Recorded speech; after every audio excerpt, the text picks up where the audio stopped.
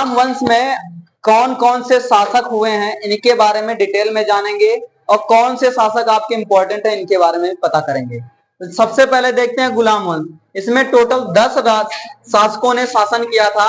और पहला अगर मैं बात करूं कुतुबुद्दीन ऐबक है, जिनका टाइम पीरियड 1206 से 1210 तक है। दूसरे शासक हैं आराम शाह है, जिनका टाइम पीरियड 1210 से 1211 तक है।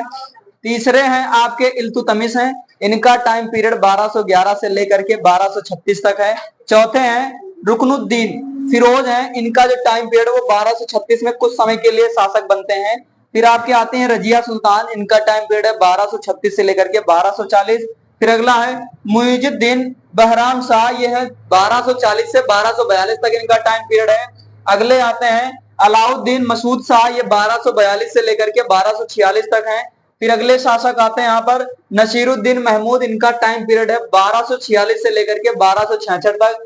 और इन्हीं के जो गुलाम थे कह सकते हैं, इन्हीं के दास थे, जिनका नाम है अगले शासक आते हैं गयासुद्दीन बलबन, इनका टाइम पीरियड 1267 से लेकर के 1286 तक है।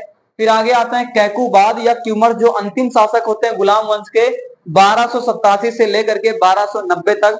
ये आपके शासकों का क्रम है। और इसमें जो इंपॉर्टेंट है वो है आपके कुतुबुद्दीन ऐबक, इल्तुतमिश, रजिया सुल्तान, और हमें पढ़ना है यहाँ पर गयासुद्दीन बलबन के बारे में। यही इंपॉर्टेंट है जो गुलाम वंश की पूरी नींव है। सबसे ज्यादा अगर इन्हीं के बारे में पढ़ना, यहीं से क्वेश्चन बनते हैं। तो आपको कैसा लगे यह जानकारी, आप लोग कमेंट जरूर करेंगे। और चैनल को शेयर सब्सक्राइब भी कर दीजिएगा और वीडियो को ज्यादा से ज्यादा शेयर कर दीजिएगा। जय हिंद, वंदे मातरम प्यारे साथियों।